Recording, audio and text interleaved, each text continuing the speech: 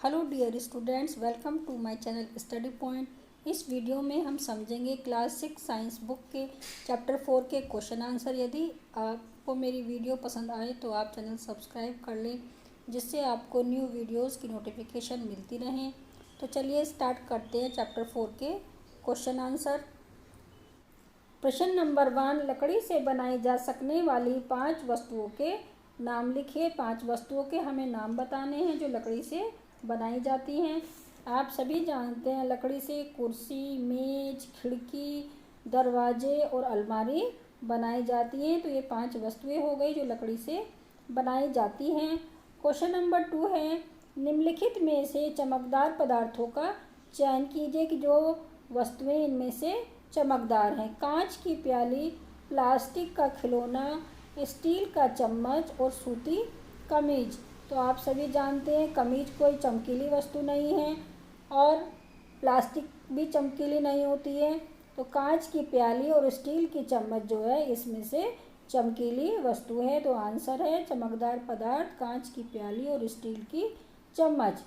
प्रश्न नंबर 3, निम्नलिखित वस्तुओं का मिलान उन पदार्थों से कीजिए जिनसे उन्हें बनाया जा सकता है।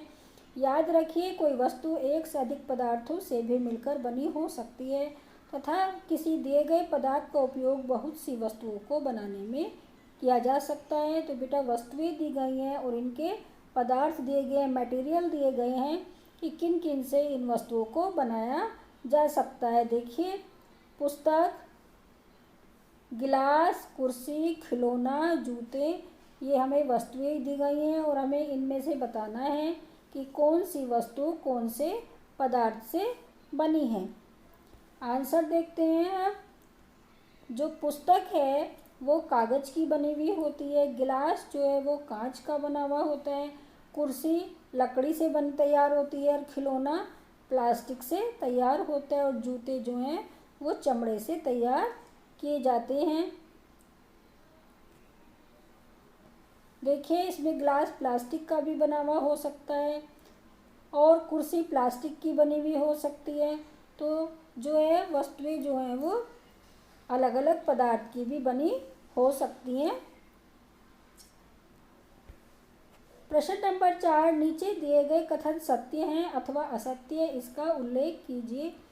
नीचे बेटा स्टेटमेंट दिए गए हैं, हमें इन्हें बताना है जो सेंटेंस हैं कि ये सही हैं अथवा गलत हैं। पहला सेंटेंस है, पत्थर पारदर्शी होता है जबकि कांच अपारदर्शी होता है। तो पारदर्शी वो होता है जिसके आर पार हमें दिखाई देता है, जबकि अपारदर्शी वो होता है जिसके आर पार हमें दिखाई नहीं देता है। तो पत्थर के आर पार हमें दिखाई देता है क्या? नहीं देता, तो वो पारदर्शी नहीं है, वो अपारदर्शी है। और कांच क्या है? कांच पारदर्शी है, कांच के आर पार हमें दिखाई देता है। तो ये सेंटेंस जो है, ये स्टेटमेंट जो है, ये रॉन्ग है। दूसरा स्टेटमेंट देखते हैं, नोटबुक में द्युति होती है जबकि रबड़ में नहीं होती। द्युति होती है बेटा चमक, तो नोटबुक में चमक होती है, रबड़ में नहीं होती। तो ये सेंटेंस जो है ये रॉन्ग है, क्योंकि नोटबुक में चमक नहीं होती है और ना ही रबड़ में होती है। नोटबुक कागज़ की बनी हुई होती है, उसमें कोई चमक नहीं होती। थर्ड स्टेटमेंट देखते हैं, चौक जल में विलीन हो जाता है। जो चौक होती है वो पानी में घुल जाती है और बिल्कुल दिखाई नहीं देती। विलीन का मतलब है बिल्कुल मिक्स हो जाती है, बिल्कुल हमें दिखाई नहीं देती। तो ऐसा नहीं है, जब हम चौक को जल में घोलते हैं तो वो नीचे बैठ जाती है, कुछ घुल जाती है और कुछ नीचे बैठ जाती है। तो ये सेंटेंस हमारा रॉन्ग है। घ पॉइंट है, लकड़ी का टुकड़ा जल पर तैरता है। जो लकड़ी का टुकड़ा है वो पानी पर तैरता है। तो ये हमने देखा है कि जब छोटा सा टुकड़ा हम लकड़ी का पानी पर डाल देते हैं, बाल्टी में डाल देते हैं, तो वो तैरने लगता है। ये सेंटेंस हमारा राइट है। घ पॉइंट, चीनी जल में विलीन नहीं होती। विलीन का मतलब है घुलना। जब हम चीनी को पानी में घोलते हैं तो क्या वो घुल जाती है? वो पूरी घुल जाती है। तो इसमें सेंटेंस में कहा है कि विलीन नहीं होती, तो ये सेंटेंस हमारा रोंग है। नेक्स्ट पॉइंट है तेल जल के साथ मिश्रणीय है। मिश्रणीय मीन्स है कि इसमें मिक्स होना। तेल जो है जल के साथ मिक्स हो जाता है, लेकिन तेल जल के साथ मिक्स नहीं होता है, तेल जल के ऊपर तैरता है। तो ये सेंटेंस है हमारा रोंग। नेक्स्ट पॉइंट है बालू जल में निसादित हो जाता है। निसादित होता है नीचे बैठ जाना। तो जो बालू है वो जल में नीचे बैठ जाता है। तो ये सेंटेंस हमारा राइट है।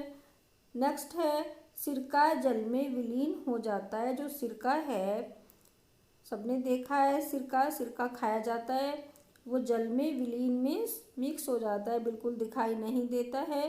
तो ये राइट है। जब सिरका हम पानी में डालते हैं तो अलग हमें सिरका कहीं नहीं दिखाई देता है। ये बटन के आंसर हैं।